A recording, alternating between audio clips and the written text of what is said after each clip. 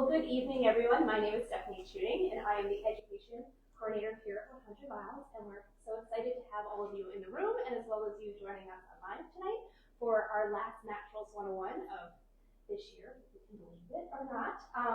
We just do want to give an extra thank you to all of our members who help support us doing these programs like that, and all of our sponsors like Southwire and all these other amazing organizations that have supported our education work throughout the year. But it's not about me. I would like to introduce Matthew Emmer. He is the president of the Friends, and I'm cheating, Savannah Coastal Refuge Complex. He's been the president since 2001, and he's going to share about the work that you are doing at the Friends group and all about these amazing places that are here on our coast. Thank you so much for being here. All right. Thank you so much. Good evening. Like you said, my name is Matthew Emmer. I'm president of Friends of the Savannah Coastal Wildlife Refuges, and we are the official nonprofit of the Savannah Coastal Refuges complex. But before I get into these 7 refuges, I usually just try to give a brief updater on what a National Wildlife Refuge actually is, because most people don't really have a good, strong foundation with that. I'm sure this crowd is a lot more familiar with all of the public lands that we have to offer in this country. But a good start for most people is national parks. That we understand that there's about 63 of the big national parks and then a whole bunch of other smaller sites. But there are natural landscape conservation created by acts of Congress and then the big 63. But National Wildlife Refuges, they have very similar protections. They're both on the federal level. They're both in the Department of the Interior. But they're more focused on wildlife conservation. And they can be created in a number of different ways. National parks are only created by acts of Congress. National Wildlife Refuges can be created by acts of Congress, but they can also be created by the U.S. Fish and Wildlife Service, which oversees the National Wildlife Refuge system, or by executive order. So there's a lot that presidents will do, especially at the end of their terms. They'll sign a lot of executive orders, and especially if they're public lands related, they'll do that at the very end. And then we just hope that the next president is okay with those and then doesn't just write them back off. But we have 573 actual National Wildlife Refuges as a part to the 63 big national parks. But we'll talk about this later. Land acre to land acre, they're about the same. So most people are very familiar with national parks because they're very people-oriented. You might go there to hike, you might go there to camp. Typically speaking, a lot of people don't go to a national park to see wildlife. You try to avoid the wildlife because you want to go camping. But if you're wanting to see wildlife, there's no greater place than the National Wildlife Refuge. As you can see, there are different refuges across the country, but some of them have a lot of, especially waterfowl activity and migratory birds. So in different seasons, you'll see different species. But what is a Friends group? So my organization is an organization that supports National Wildlife Refuge, so either a single refuge, a complex of refuges, which is what we have here, or a program of the U.S. Fish and Wildlife Service. The U.S. Fish and Wildlife Service is a big kind of umbrella organization that does a lot of things from the Endangered Species Act to the Wildlife Refuge System and migratory birds, just different things like that.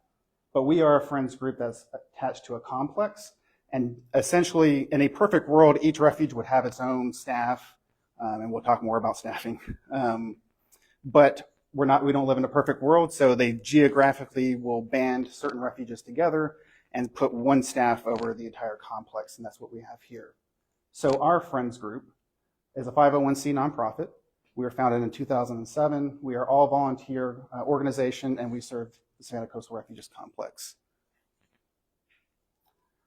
And usually I don't have this lovely banner with me, so I had this in my slide deck. But we have 7 refuges. 5 are open to the public. The only 2 that are not have the stars. They're Tybee and Wolf Island. Tybee is not the same as Tybee Island. It is Tybee National Wildlife Refuge. And it is actually in the shipping channel of the river. So it's off limits. It's actually dredged material from digging out the river over many years. And it's actually turned into quite a nice little shorebird habitat. And then at the very bottom, Wolf Island is a designated wilderness area, so it's off limits to the public. But the 7 stretch from Pinckney Island all the way down to Wolf Island. And it does cover, coincidentally, 100 miles of coastline. It's just not all in Georgia. So we do cross the state line. And if you put all of these refuges together, they're about 56,000 acres. And I like to say that that's about roughly the size of the entire city of Savannah, if you stick it all together. So it's quite a big complex. And if you can imagine, the main visitor center and headquarters is here in Hardeeville. And they have quite a bit to traverse down if they have to go down to especially Harris Neck or Blackbeard to do any sort of programming down south. And then obviously you can see in the map, Savannah is the largest in our complex. But I actually had to slide in some slides because I usually just gloss right over the fact that it has wildlife. And people are like, wait a minute, what actual wildlife is in the refuge? And I just take that for granted because I just know. But I wanted to make sure that I pointed out some of the fan favorite species. Of course, we have everything that you might see in your backyard here in the Savannah and Coastal Empire Low Country.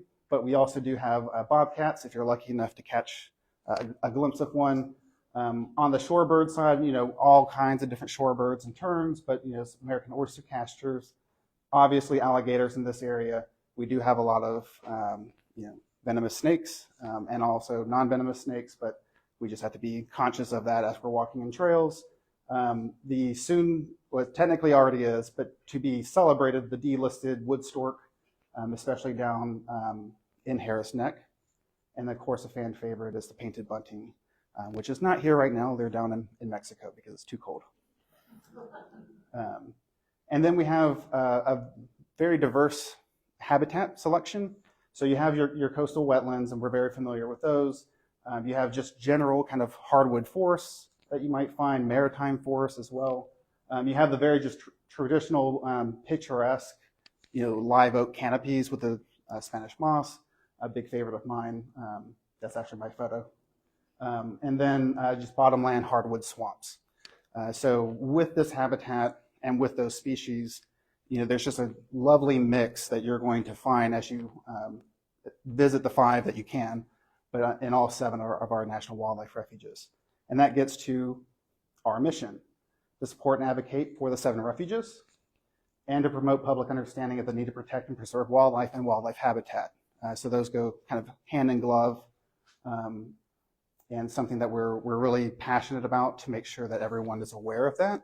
I think sometimes it gets taken for granted, especially in this area. We live here, we love it here, but we also want progress, and we're not trying to put roadblocks up to progress, but sometimes that does encroach upon some of these natural spaces. And just like 100 Miles, we have to advocate on their behalf because nature can't speak for itself. So that's our main mission. And so some of the things that we do volunteer, obviously as a volunteer organization, that's all we do. But we have a program on Pinckney Island, which is our electric shuttle. It runs every Tuesday throughout the year. It's entirely free to the public. And it's a mobility shuttle because at Pinckney Island, there's no drive that you can take your car up into. You have to walk or ride a bike. And for those guests that are less able to walk a mile up to say Ibis Pond, we offer that free shuttle every week so that you can sign up on our website, grab a seat, and there will be a tour guide, a registered docent that will guide you through and talk all about Pinckney Island. It's actually a great little tour. So if you're interested, like I said, visit our website, and I'll talk a little bit more about that at the end.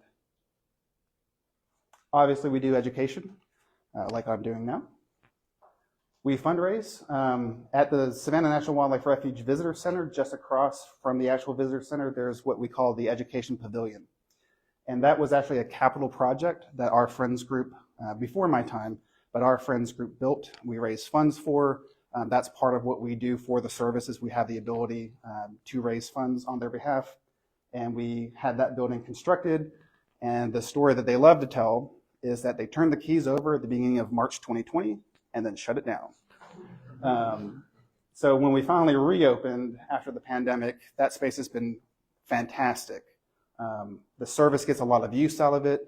Obviously, it's very wide open, so we can have any sort of programs. We've had Wildlife Refuge Day, Critter Christmas, and we've started doing yoga events. So we've had some yoga classes in that building, and the blinds open up, the windows kind of open, and you can see right out into the woods. So it's just kind of a nice, peaceful way to do yoga. And that's at the Savannah National Wildlife Refuge Visitor Center, which is in Hardeeville, so just off of 170 and Highway 17. The headquarters is nestled right in there. And then we also advocate, and this is a picture from a couple years ago where we had some congressional staffers, not the actual members of Congress, but their staff, their local staff. We had them come out to the refuge. We did a tour through there. There was some federal funding that had gone into a project, and we wanted to kind of showcase where all of that money went. And then we took a little boat ride actually out into the Savannah River, right into the channel, and got right up next to some of the cargo ships because it's literally just on the other side of the riverbank from the refuge, to kind of put that into perspective that we are direct neighbors to the Port Authority. So I just wanted to, we are a 15-year organization. You may have run into our brand before. It has changed over the years. I was not a part of any of these logos, but they just, for whatever reason, kept changing the bird. But we kind of went through it, and we decided that we wanted to modernize that logo. So actually for our 15th year anniversary, we launched a contest, and we came up with a new logo design. And some of you have seen it walking in the door. We came up with a painted bunting. So like I said, it's a fan favorite of a lot of people. They get really excited, like birders can get really excited about seeing painted buntings. And they're very cool. I like them. But what we wanted to do was talk to the designer, and we said, can you put them on a branch of 7 leaves? Because we have 7 refuges. It's a little inside baseball. Most people aren't going to notice that. They're just like, it's leaves. But just for our purposes, we wanted to kind of represent the refuge complex a little bit more. If we ever had to add a refuge, we just add a leaf. But kind of also in the caveat of why we chose the painted bunting is that it is a very vibrant and very colorful bird. And in Spanish-speaking culture, it is known as the siete colores, or the 7 colors of the rainbow. So it's just a little bit more reaffirming that we have 7 refuges.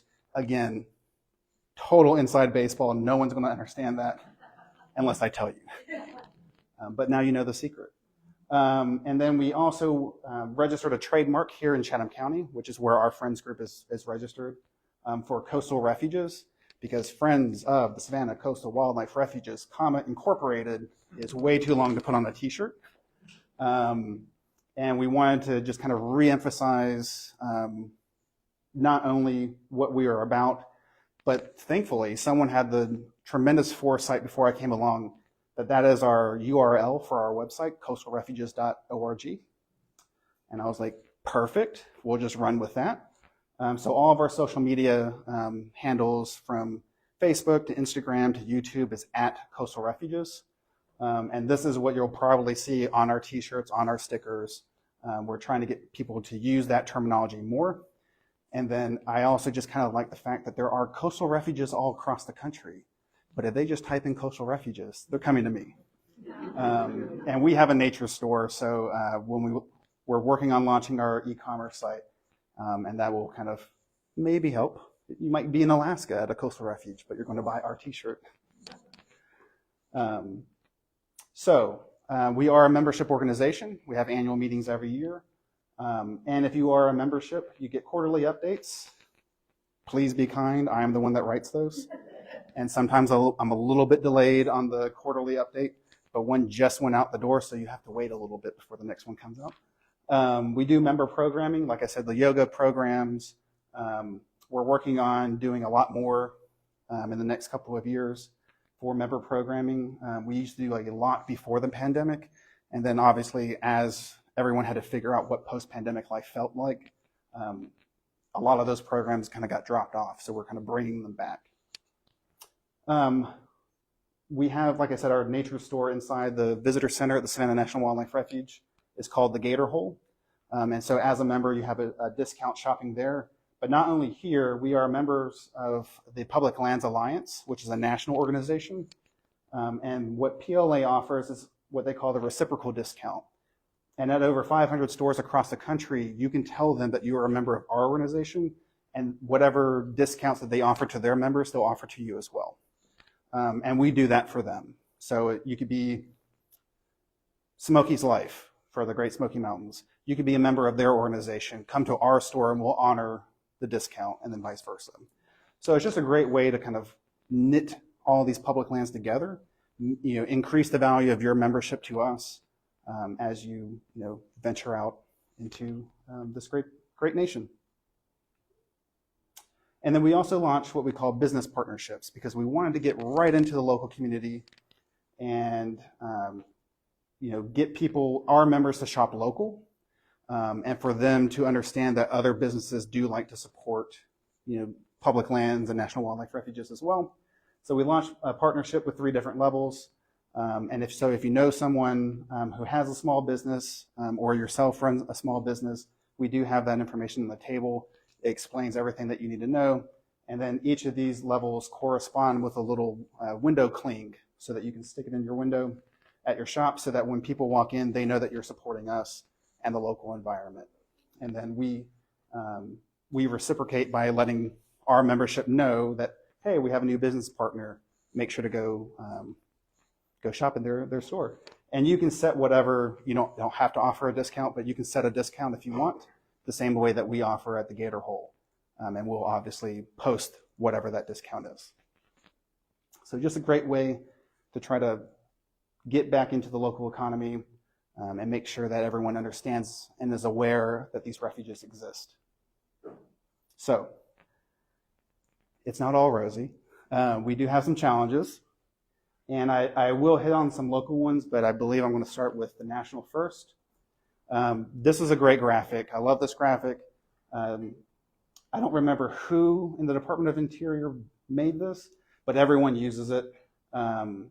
And it's a little bit different. This is from fiscal year 2023. Obviously, a lot has changed since then, but it's still very much representational of what's actually happening. So we have the lovely bison, and he's color shaded, and each color represents a different public land. So like the National Park Service is brown, BLM, Bureau of Land Management, that one's always kind of a fun one that like most people don't really understand what BLM's about, but it's all pretty much in the West. So here on the East Coast, we just really have no connection to it. But BLM shaded in this kind of orangey yellow color. Obviously, when most people understand what the Forest Service is about, even though they're not in the Department of the Interior, they're actually in the Department of Agriculture. Another little fun tidbit about how our government works, mainly due because they do timber their land and sell the timber. So it's just part of that world. We don't do that. They're in the green, and then anything blue, dark blue and the lighter blue is the National Wildlife Refuge system. So the dark blue is the land acres of the refuge system. And like I said, there's 573 National Wildlife Refuges, and that's about 90 million land acres. The National Park Service is about 85 million, so it's about 1-to-1 land acres. But we have 760 million marine acres in the wildlife refuge system. So all the water surrounding all these refuges gets counted up as well. And when you add that together, we are 64% of all public lands in this country. Great thing about this graphic, this also shows you how many full-time employees and what the budget is appropriated from the government. And those are represented by the circles. Notice which one is the smallest. So while we have 64%, we get the absolute smallest budget appropriated to us versus the National Park Service, which has, it's different now, which has in 2023 an annual budget appropriated of $4.7 billion, where we got $500 million, $542 million. It's kind of a running joke, but it's pretty serious. Our entire budget is less than the uniform budget of the Park Service. All the flat hats are very expensive. All the uniforms are very expensive. Their budget for uniforms trounces our actual budget. And at the time, they had about 19,000 employees. Everyone's taken about a 25% cut since this. We had 2,500. We're now below 2,000. 2,000 employees for the entire National Wildlife Refuge system. And a National Wildlife Refuge is in every single U.S. state and territory. So a fun little anecdote that I like to say is, from the U.S. Virgin Islands, all the way through the states, all the way up into Alaska, and then all the way out to Guam. That's what we cover. And so just for the briefest of moments every day, does the sun actually set on the National Wildlife Refuge system before it rises back up again in the east? You can't say that about all these other places. So that's something that is part of our advocacy, is actually also part of our lobbying that we are allowed as a 501c3 to do as long as we're not on service managed property, to do a little bit of lobbying to try. I don't want to take away from these people. Like, they all do important work. I just need to get that circle a little bit bigger, because we were already at bare bones staff, and now every cut is cutting into the bone. So every time you hear about public lands taking a hit on staffing, we're dropping programs. The visitor center hours are closing. We used to have a visitor center. We have a visitor center at Harris Neck. There's no hours there because we don't have anyone to staff it full time. The visitor center in Savannah is only open from 10 to 2, Monday through Friday. We're not even open on weekends. So unless we do a school field trip, school kids don't even come, right? Because they're in school. It's just really frustrating because we drop programs right and left. 10 or 15 years ago, our complex had 31 full-time employees. We are now down to 8, and that is soon to be 6. We're going to have less employees than actual refuges in our complex. And with freezing hires, we can't backfill anything. So it's very desperate. And that's why we just we do what we can with the resources that we're given. And a lot of this starts to fall back onto our public lands and their nonprofit partners. So it is up to us not to fill budget gaps, because we don't do that, but to help with, beef up volunteer hours, to help beef up projects, so that we can raise money for certain projects that might get overlooked, or help man some of those projects that the staff don't have the manpower to man. So it is sobering, but we, like I said, we do what we can, and but this is just a great graphic to kind of illustrate all of that. So Savannah, getting back to the local scene, I like to say Savannah's at a crossroads. I have a map here with the green section is the Savannah National Wildlife Refuge. So the Savannah River is this little purple line that cuts through, and then everything in this red color is the current heavy and light industrial. So literally the entire Georgia side of the coast. And then on the other side, you have this light orange color, which is the future light industrial that South Carolina is building on the other side. And you notice we're sandwiching in nature. This purple is the proposed Jasper terminal, if they ever build that. So it's kind of down there, but it does kind of have an impact on what happens upriver. And when I talk to members of Congress, and especially the public, I like to talk about wetlands, because every time they dredge the river or they modify something, you usually hear about another 4 acres of wetlands are being lost. And we already have lost a ton of wetlands around here. But when they use it in such small numbers, you're like, oh, what's an acre of wetlands? That's nothing, it's an acre. But actually an acre of wetlands can store up to 1.5 million gallons of stormwaters. So when you start chipping away at all of our salt marsh and all of our wetlands, anytime a big storm comes through, we're going to have direct impacts. And I like to say a savanna without wetlands is a savanna without dry lands. So if we lose all of our wetlands, God help River Street, and God help the port. I mean, they're low lying, right? So it's just one of those, when we get members of Congress, especially their staff, like, we just try to emphasize that we have to be good neighbors. I think John Muir said it best. We're not,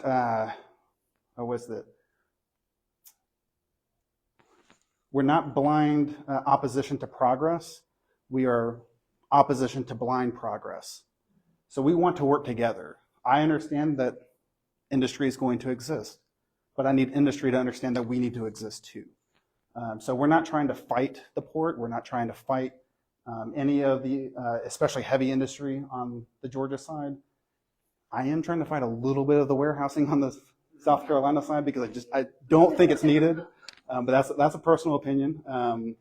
But yeah, there's a lot of warehousing that's going to be going into this area. And the Savannah National Wildlife Refuge has about 30,000 acres of wetlands. So we are like, if the refuge just disappeared and we paved over it, we would lose all that potential, about 1 billion gallons or so of potential stormwater like holdings.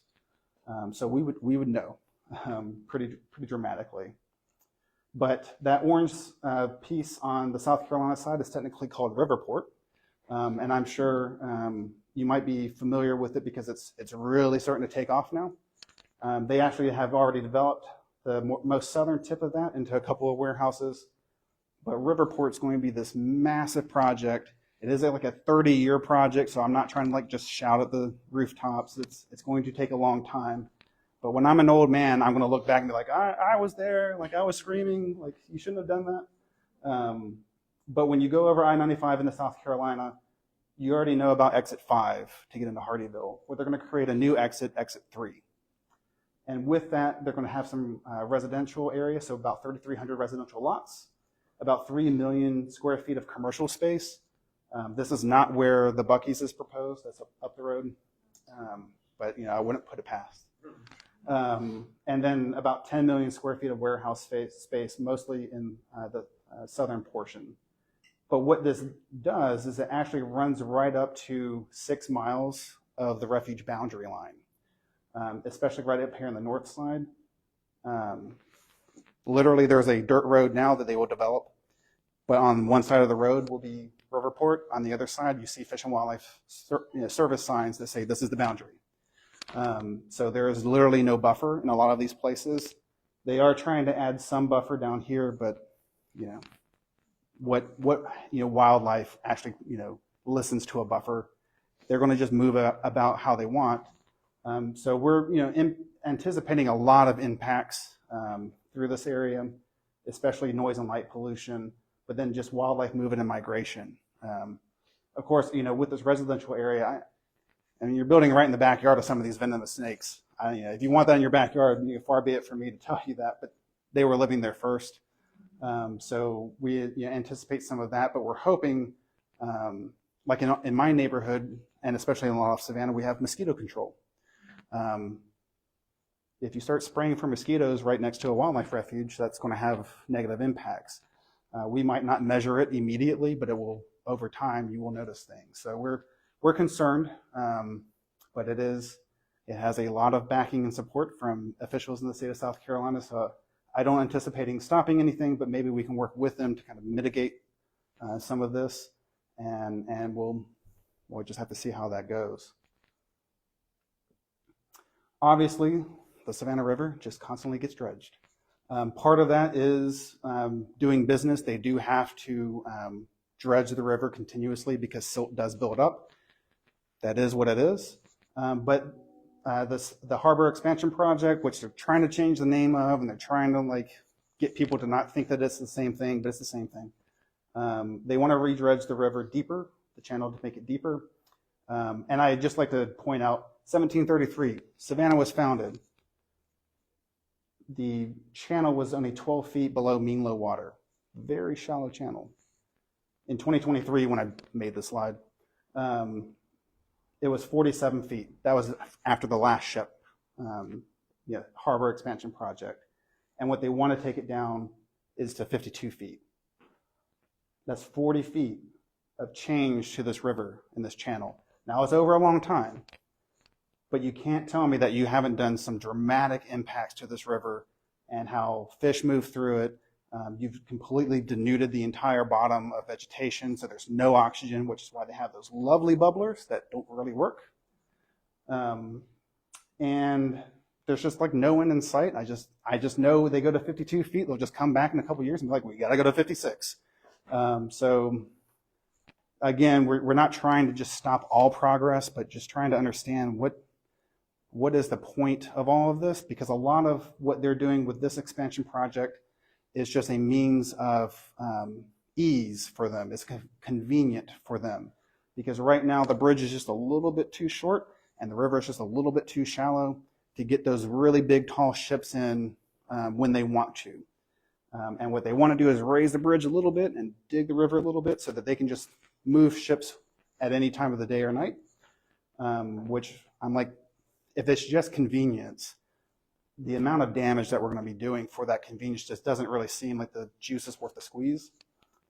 But again, far be it for me to tell them how to run their business. I just think that a very large shipping port so far upriver is just probably not where you should have built the port in the first place.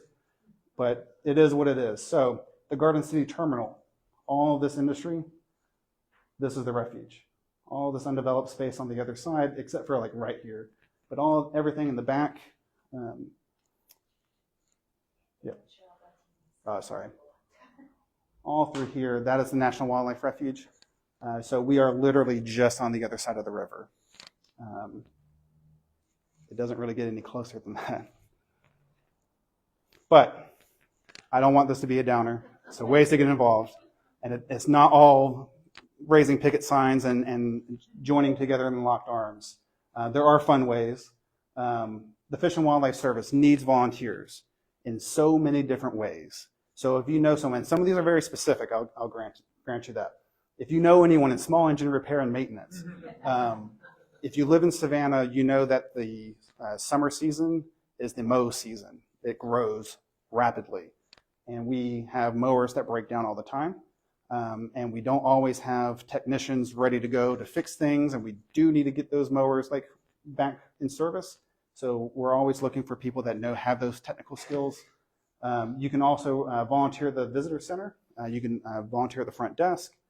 There's other different ways at the visitor center to volunteer.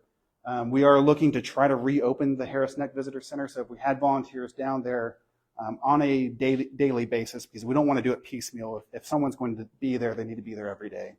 And that can be a team of volunteers that cycle through. But we would want the entire week for it to be open, not just like Monday.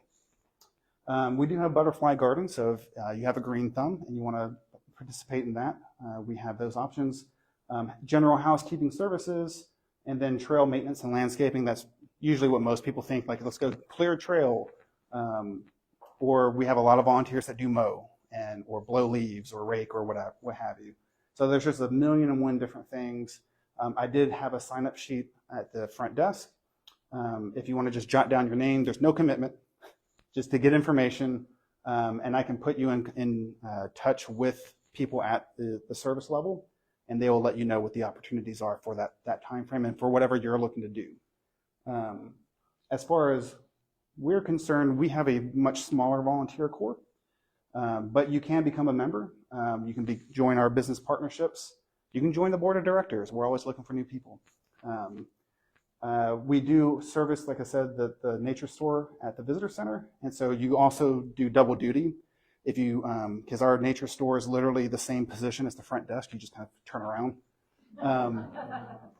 But a lot of people love that because we get about 10,000 visitors annually that come into the visitor center, and that's just like physically they walk into a building, not how many people visit all of our refuges.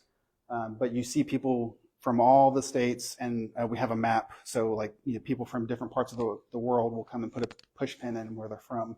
So you meet all kinds of people.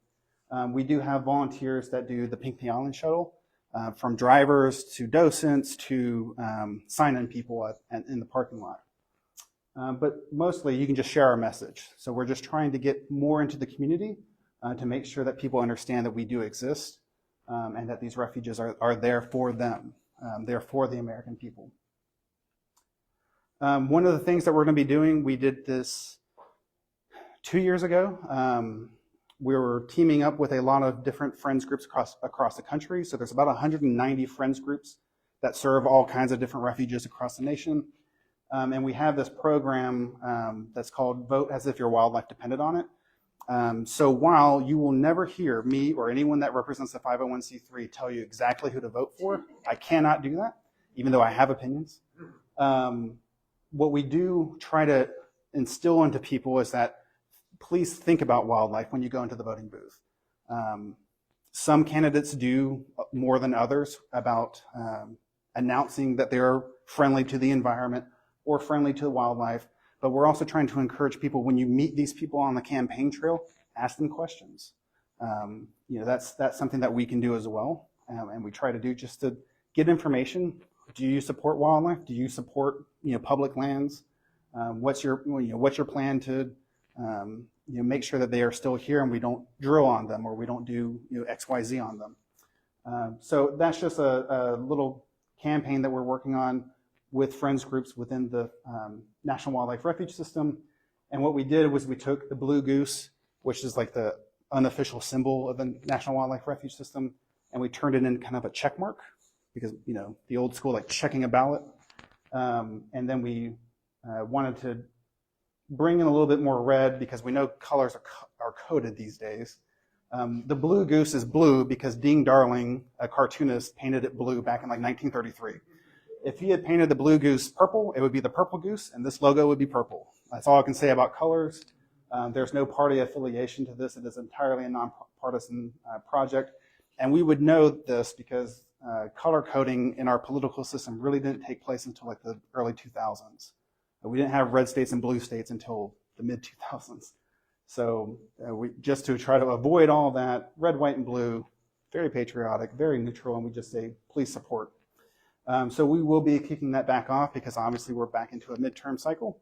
And we'll just try to roll out a few materials. You might see these logos on some of our social media accounts from time to time.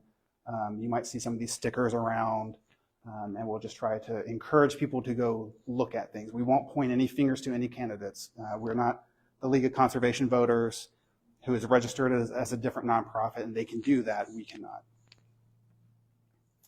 Locally, though, something that we just started this year in the holiday season, we started what we're calling Think a Refuge card. So just like you get in the holidays, where like family and friends will send you photos of themselves and you decorate your mantle with that, we wanted to do something similar, where people can say whatever refuge that they want to talk about. So you fill in the top line, and then just say what you're thankful for. That might be the abundant wildlife, that might be the dedicated service and the staff and the volunteers. It might be you like birds. So you can put whatever you want here. So we're doing this at the visitor center, and there are a lot already on display of different people. The idea is you fill it in the blank with whatever refuge, you leave that brief note, and then you leave this card with us. So what we do is like I said, we tack it to the wall. And then at the end of the holiday season, we're going to document all of these to make sure that we have a record of everyone's note. But we're going to select a handful of cards, because we do, what's kind of nice, it's kind of a double-edged sword, I guess. We do split a state boundary. So we have 4 senators that we can talk to. We have a whole host of representatives, and then statewide representatives. We're going to take a handful and then determined by which one you mentioned. So if you mentioned Pinckney Island, it might be Nancy Mace. If you're in Georgia, it might go to John Ossoff. But we're going to have a letter explaining what this is about, and we're actually going to mail some of these cards to our elected representatives so that they understand in actual people's handwriting, in their own words, what these places mean to them. So it's just a little way to do a little bit of advocacy, both with the general public and then also with our members of Congress. So we're doing that, and I did bring some if you wanted to fill some out. I can even waive the $1 fee. But you can also post that on Facebook and Instagram, and we'd love to share that, instantly. Pinckney Island just turned 50 years old just a few days ago, on December 4th. So we have this big 50th anniversary celebration that we're actually doing in April, when the warmer weather comes back and all of the birds come back to the refuge, because it's not so many birds there now. But it's going to be a free, open to the public day, where we're going to have a family fun walk, nature exhibits, family activities, birding tours, bike tours, bird call contest, food trucks. So we have a bunch of different partners with that, but we just want to come together because you only turn 50 once. And so we technically is in 2025, and we're kind of extending it into the 50th year in 2026. But that also gets us into America 250, so we're going to kind of combine some of that as well. So mark that occasion, April 11th. There'll be more information that comes out about that.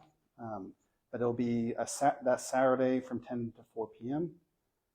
And just as a reminder, April 2027, just around the corner, Savannah turns 100. So our first wildlife refuge in this complex will turn 100 years old, and we will celebrate. So we're kind of building up to that, and we're trying to make sure that everyone's aware of that by the time we get around to April 2027, because we want to go with bells on and just shake it down. Just have a good time. Make sure that everyone is aware, because you definitely only turn 100 once. But we will see you on the refuge.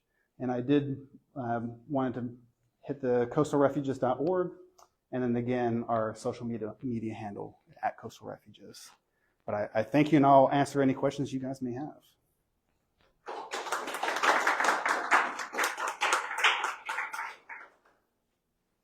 Question in the back? Yeah, you mentioned some pretty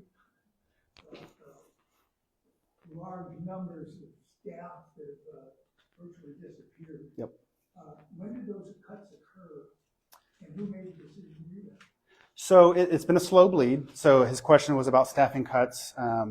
Like I said, the high water mark was about 31 full-time employees at this complex alone, and we're down to about 8 or 6. And I can't pin that on any one administration. So again, that's a completely nonpartisan answer. I don't really want to, point at any specific administration, but I guess timing-wise, It's together myself. When is the major number hit here occur? right. So it's been there have been a few rifts throughout that kind of last 15 years or so. But essentially, the budget has not changed in 15 years. So, like I said, our high water mark, we're like the $543 million or so that we get appropriated to the refuge system, that has not really changed through all those administrations. So as you can imagine, though, inflation has changed. So it's not like a one moment in time thing. It's just been this gradual death by 1,000 cuts. That every time inflation hits, we lose a couple people, and then they try to get people with voluntary separation agreements, early retirements, that kind of a thing. But obviously, most dramatically, this past year, we lost about 25% across the refuge system, and across all public lands. So national parks lost a lot of people too, about 25%. So there has been a big cut. It was about March, April this year. There was kind of a dramatic cut, and then there was kind of an extended period where people had, they took the VSP, the voluntary service separation policy, and they were still employed, but they had an end date. And I believe that was about September or so, which would be like the fiscal year. So it's been a few things here and there. Some of those cuts came before my time, but no, dramatically. I mean, even in my short tenure, being only really cognizant of this place for about 5 years, there's been a dramatic decrease. But again, that's every presidential administration that's come through has not increased the budget. So I can lay a little bit of blame at the feet of every administration that has come, because if you don't increase the budget, especially with inflation, you're going to get cuts. So if this keeps going, which it looks like it's just, we're not going to get a lot of, appropriations. We might even lose a little of appropriations over the next couple of years. It's going to get worse. And that's the sad truth. There's no National Wildlife Refuge that is fully staffed, but there are a ton that have zero staff. And they're just there. They're just wildlife refuges, and no one's really watching them. Yeah, I was going to say, functionally, there's no panic. I know that we're going to have to. Again, I don't understand very clearly how that can happen. I mean, it's called a National Wildlife Right. Refuge, and then you've got somebody or other has pulled the plug on that. What's going to happen to all those refuges? Right. So I mean, so top down, Congress builds the budget. They hand it off to the Fish and Wildlife, or they hand it off to the Department of the Interior, which then hands off something to the Fish and Wildlife Service, which then hands off something to the National Wildlife Refuge System. And then you have a chain of command. We have regional, we're in Region 4, the Southeast region, which is actually a very large region. And so they get a slice of the budget, and then they, spit it out from there. But all those people make little decisions along the way, right? Some monies will be diverted over to certain refuges. Some people will be cut from certain programs, and then people get shuffled around. So it's very kind of chaotic at times about where the money is going or coming from. But consistently, it's just been similar. So to answer that question of like what happens, we hope for the best. Nature will kind of just take over, but it's not really being managed the way that it should be. There is a human impact from the service that they do go and flood certain impoundments during certain times of the year to either grow food for migratory birds or to make habitat for migratory birds. If there's no one there, there's no one doing that, right? So it's kind of passive. The big problem is that there's no people policing. So people can just go in there and tear up habitat, drive four-wheelers or whatever. We only have one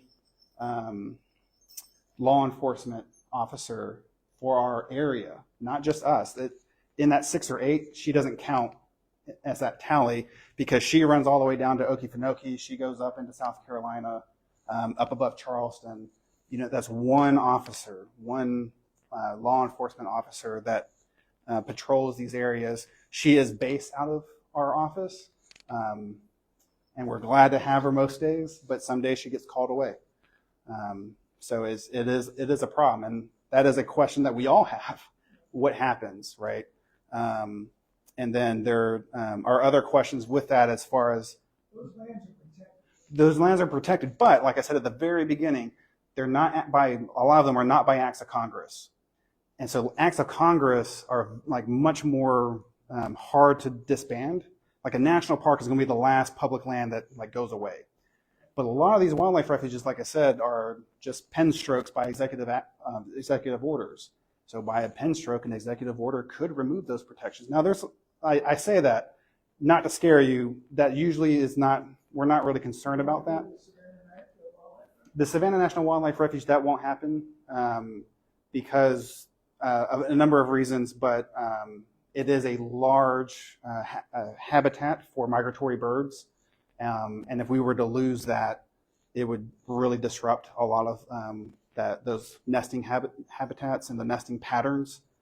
So we're not concerned about that. They may chip away at some of the wetlands around us, and that does have impacts to us, but actually taking away the refuge, no, we're not concerned about that. Some of the other refuges, especially like in Alaska, are more concerned about drilling. Not that the refuge would go away, but that they might start drilling there. So like Arctic National Wildlife Refuge, you usually hear about because they're trying to sell those leases to drill on that land. And Arctic, fun fact, it is the largest refuge in the system.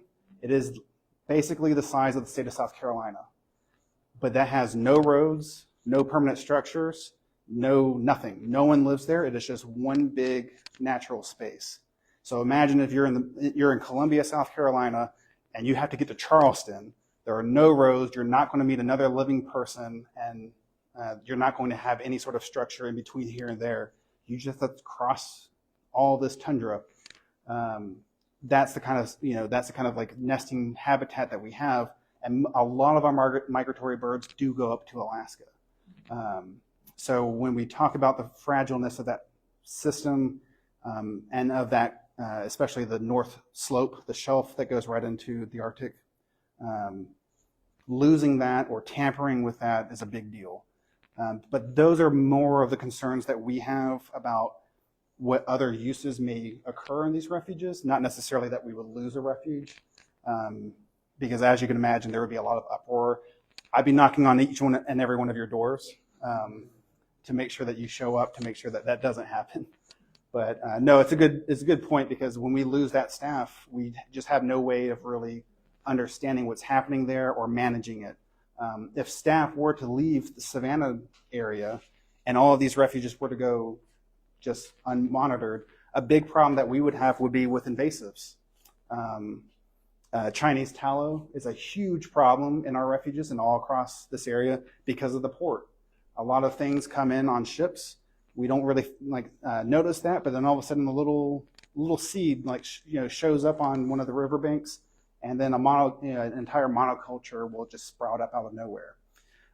But the service staff combat that. They spray for that, they go and pull it out, they extract it, because they don't want that to just spread everywhere. But if all that staff disappeared tomorrow, I mean, you might have just monoculture after monoculture just taking over all of these wetlands, and that we would notice. Who are the top 3 phone calls that you can make if you want to beef about this? Well, depending on what you're beefing about, it would match up to what that senator or say you're a member of Congress, what committees they're on. If they're on like the Appropriations Committee or more in the natural resources side, I could direct you to different things that way. But I would just reach out to not only just the national, because Congress. I mean, come on. Congress these days, we can all laugh about how ineffective they are at coming together and deciding anything. Your local people, I mean, talk to, 100 Miles here has great resources for statewide representatives that you can reach out to. And I would say get back to local politics. We've tried to make a lot of connections with even city council members like in Savannah and Hardyville to make sure, because they're the ones that are actually making these decisions. When they rezone land, that's not John Ossoff. That's someone down here in the city of Savannah. So we want to make sure that they know. So I would stay local. I mean, you can make a call to Congress, and depending on which senator or representative that you reach out to, that will kind of determine what kind of response you get. And like I said, we have people on both sides with these states, and we know like who is more open to the conversation than others. But local people, that's the bread and butter. That's where I would make your phone calls. Can you speak more to the history of the refuges? You mentioned that Savannah NWR was founded in the 20s during a peak of conservation. It looks like Pinckney in the 70s during another peak. What's the youngest one, for example? Oh, the youngest one would probably be Tybee.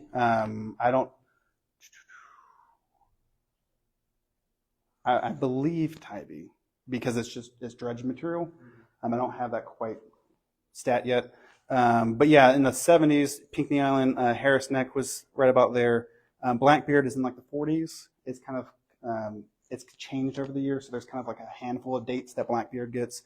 But they actually all have like very interesting histories. The Savannah National Wildlife Refuges primarily was rice plantations.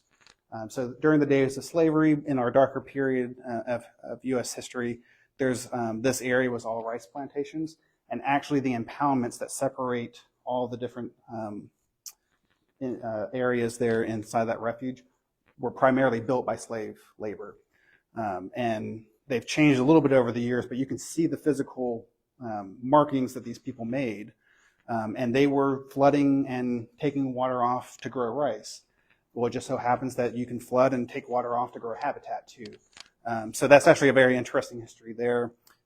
Harris Neck is an interesting history because there was a group of Gullah Geechee that were down there as a freedman community down there that was actually very vibrant.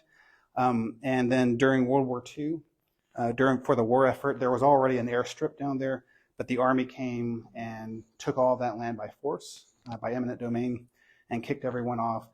White and black people, but there a lot of the Geechee community was displaced there, and that was a contentious thing. It's still very contentious. Then after the war effort, it was handed over to the county. The county mismanaged it. Whole sordid history there. The federal government took it back and said you can't have it anymore, and then they turned it over to Fish and Wildlife Service. I was very surprised when I went to Harris Neck to actually see a sign about the county mismanagement. Yeah. Yeah, it's a great, interesting little story if you get into it. But like, it's just stacked on top of other stories. Harris Neck is just a very contentious piece of land, but one of our greatest positive stories of conservation is down at Harris Neck with the wood stork. Decades ago, the wood stork was on the way out. It was put on the endangered species list. And at Harris Neck, the Fish and Wildlife Service did really great work at building nesting boxes for the wood storks. And that population has rebounded so greatly that they've delisted it. And that is in no small part to the members of the Fish and Wildlife Service at Harris Neck, among other refuges up and down the East Coast. But because of that, they're actually going to have a ceremony this next year at Harris Neck celebrating the fact that that is a conservation win. That's, the dedication of staff trying to do something positive, and these wood storks here, bringing them back from the brink. And now they're very abundant. You can actually see them all up and down our coastal areas. But we have a large rookery in Harris Neck, especially during nesting season. It gets quite loud because all these birds talk, and it's actually pretty impressive. So each area has its own history. Wausau has interesting history of being owned by different people, and Pinckney had freed slaves on that island as well, and then they were booted off, and then it was owned by wealthy northeastern business people, and they were using it as kind of a summer forest preserve to go hunting.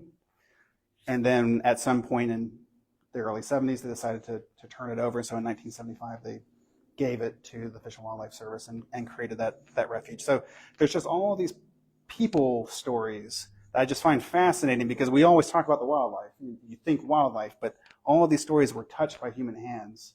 And it's just a fascinating thing. I mean, Blackbeard is the namesake. There's stories about Edward Teach, Blackbeard the pirate. There is no gold out there, and it is illegal to go looking for it, so please do not. So there's rumors, but there was never any confirmed sightings of anything like that. But we do know that he did come to that island from time to time. So that's why it has that name. So as a follow-up, maybe I want to go check for myself that there's no gold on Blackbeard. Just don't disturb the ground. It is a federal offense. But more seriously, Wausau and Blackbeard, I noticed they're islands. Correct. Bridges to them. I'm not a boat owner. Do I go there? Not without a boat. Okay. Or kayak. If you're very brave and you get into some of these shipping channels or these larger sounds. But no, the big three that I call is Pinckney, Savannah, Harris Neck, because you can get there by car. Both Savannah and Harris Neck have a 4-mile wildlife drive, so you can drive around it. And there's a whole bunch of walking trails. Pinckney Island, there's no drive. We talked about that. But there's a lot of walking trails. But yes, no, every other refuge is more of a barrier island, so there is no direct access to that. But they are open, except for Wolf and Tybee, they are open to the public. So if you do have a boat, you can land it on Wausau. And a lot of people, especially in the summer, will go to Wausau because it's so close to a lot of neighborhoods here in East Savannah. And they'll spend the day out there. A lot of them probably don't know they're on a wildlife refuge, and that's okay. There are signs. But they do enjoy that. We do try, none of these refuges we want dogs on because of especially the shorebirds and then all the other habitat. Some people do bring dogs in their boats, and it happens, but there are a lot of shorebirds that nest on, especially Wausau.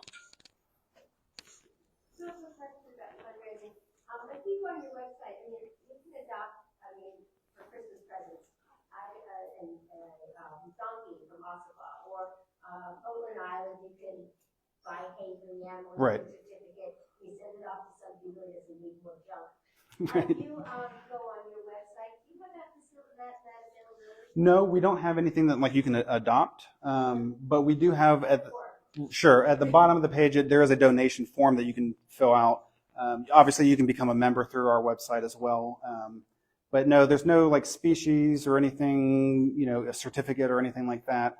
I think mainly, and I'm not, speaking 100% from a policy position, but I believe that would just be one of those things the Fish and Wildlife Service is maybe don't do that, because we don't want people to feel like they have any ownership over the animals, and we just kind of let animals be.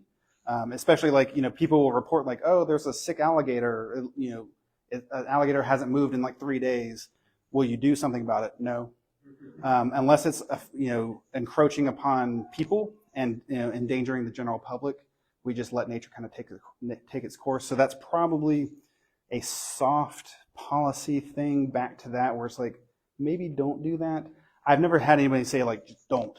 right? But so we just haven't, and I would imagine that's probably the reason.